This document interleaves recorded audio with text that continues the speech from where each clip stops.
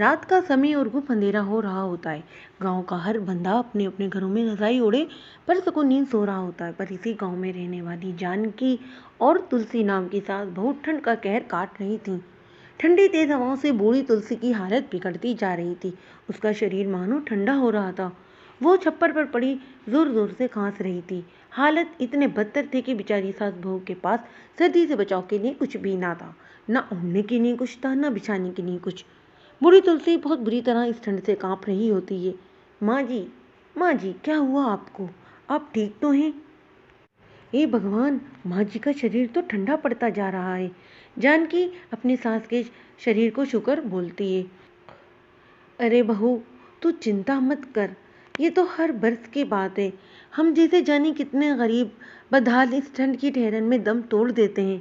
लगता है ये ठंड का अजाब मुझ बुढ़िया को भी ले डूबेगा।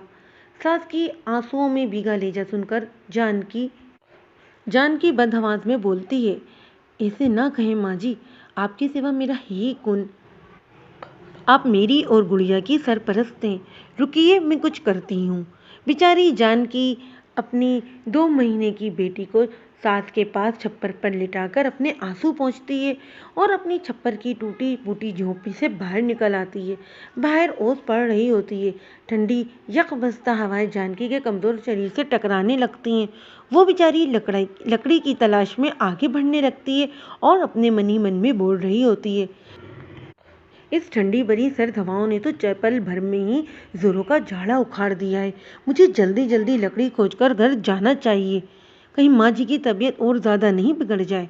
जानकी जल्दी जल्दी खुद से कहकर लकड़ियाँ खोजती है और घर आकर आग जलाती है। फिर दोनों सास बहुएं आग तापने लगती हैं। तभी सर्द भरी हवाएं भारी तूफान का मूड ले लेती हैं, जिसके कारण आग के लपेटों से गरीब सास बहू की छप्पड़ की झोपड़ी सुलग उठती है।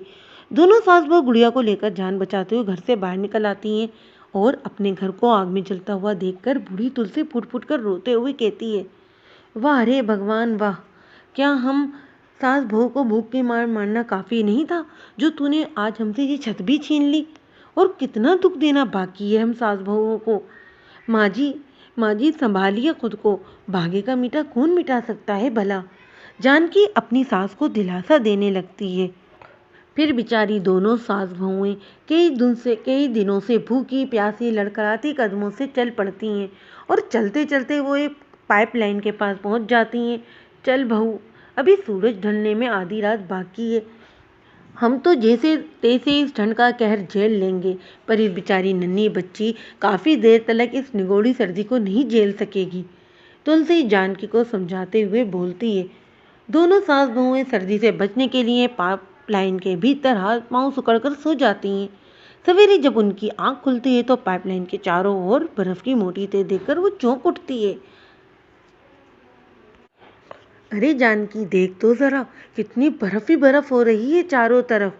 पर जानकी तो बेचारी रोती बिलखती गुड़िया को चुप कराने में लगी होती है। तुलसी भी बर्फ को भूलकर गुड़िया को इतनी बुरी तरह रोता देखकर बेचैन हो जाती है। अरे तुलसी बहू, गुड़िया इतना क्यों रो रही है? माँ जी, गुड़िया दूध के लिए बिलख रही है।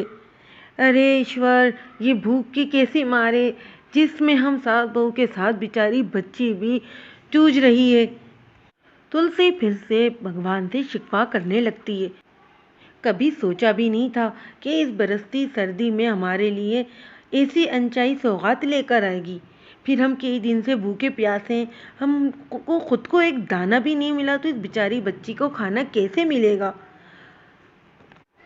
भगवान से शिकवा करते हुए तुलसी पाइपलाइन से बाहर निकलने लगती है।